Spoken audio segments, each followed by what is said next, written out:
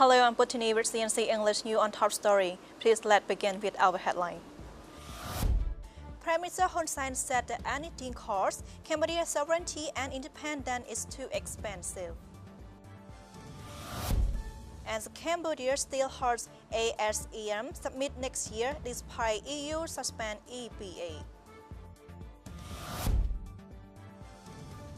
Welcome back to our top story on the detail now. The first one, the Prime Minister Hun Sen said that anything of course, that Cambodian sovereignty and independence is too expensive.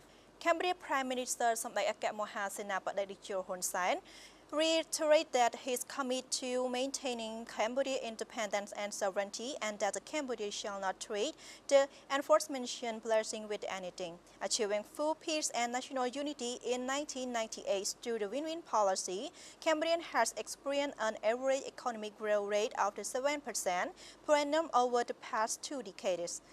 This high economic growth rate allows Cambodia to jump to a lower middle income status in 2015 and on her track to achieve the status of the higher middle income country by 2030 and high income in the 2050, and the Premier wrote on the Facebook page on Tuesday morning. Cambodia cannot depend on only foreign assistance and that Cambodia must not trade her independence and sovereignty with anything. After all, Cambodia would love to be friends with all countries in the world, those who want to see Cambodia grow without any interference into our internal affairs, said the strongman of the Cambodia, Samdech Moha Senapadaricho Hun Sen. Prime Minister concluded that by expressing gratitude to businesses, traders and investors to fulfill tax obligations and expanding the scope of the trade and investment in the country. We see the Cambodia still holds the ASEAN until the summit next year despite EU suspend EBA. We can see the first one, the 4 reasons why EU gave the rights to Cambodia, and the second hold the 13th of Asia-Europe meeting. That we see it is a question that EU prepared to withdraw the Cambodia everything but the aim that we see the aim of the given to the European Union, alleging that the Cambodia violated human rights and skilled democracy as well as crossed on the opposition party. What is the EU decision to authorize the Cambodia to host the Asia-Europe Summit that we call ASEAN in the 13th in 2020 with the participation of the more than 50 members of each state? Cambodia has been interested to host the Asia-Europe Summit, while the other countries also want to host the country because of this national reputation. Because of the first one, the first reason is recognizing the Cambodia role in the world, which has become a fully fledged democratic nation, has developed economic growth of 7% per year of 20 consecutive years and is an economic hub in Asia, while this country of the past was devastated by the war and genocide of the Khmer Rouge, the people of the former country, extremely frustrated that they are accepted by the UN Blue Helmet. The second, recognizing that the Cambodia has made an effort to build a country based on the principle of the liberal democracy, pluralism, political rights and citizenship, the freedom of the space is enforced under the law.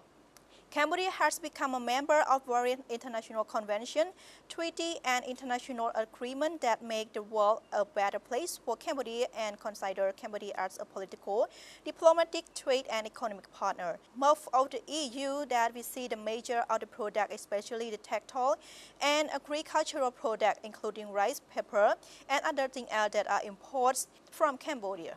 That the third one, that Cambodia has taken part in the maintenance of the world manners. Cambodia has demonstrated a high responsible role as Deputy Head of the General Assembly and a member of ECOSOC.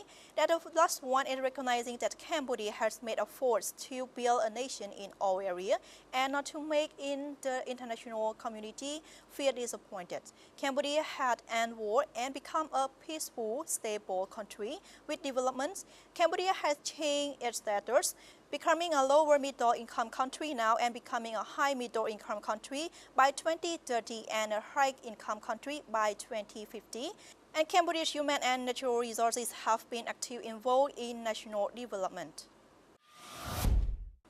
I will see that cacao plantation in northeastern province begins to flourish. Cacao crops are present in Cambodia, in the northeastern province for the first time, which has never been cultivated. Nowadays, companies and farms are expanding their cultivation after their pilot project have achieved good results. Cacao Ltd is currently investing in cacao products in Srai Ampun Commune, Pachida District, Mandalkiri Province, and it is expanding cultivated area to meet domestic and export demands. As we see that currently this company has a total planting area of 24 hectares, and by 2018 we got 8 hectares could produce the 400 kg of dry seeds. As of the early of the 2019, the 20,000 of 500 small plants for planting on 25 hectares of land and cooperatively planted with community farmer and followed by the contract farming and providing additional technique. Obviously, the average of the cacao ground around 3 years can be harvested twice a year and once again harvested 3.54 tons per hectare, and the current market value of the over $2,000 per ton and high demand. In general, the company has invested around $3 million in cacao plantation since 2014 with the 3 purposes. The first one, we need to grow itself. The second, germinate seed and sell to the farmer. And the third one, the collect product from the partners in contract price, set by Mr. Jin Janpol, General Manager.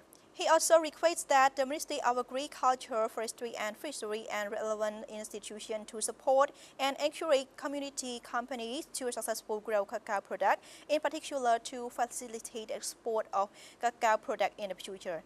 His Excellency Wang Sakon, Minister of Agriculture, Forestry and Fishery, praised and appreciated that company, which has been working hard to develop cacao products, organize a chain of production, packing and exporting, and hope that the company would be able to increase the amount of cacao export to more international markets in the future.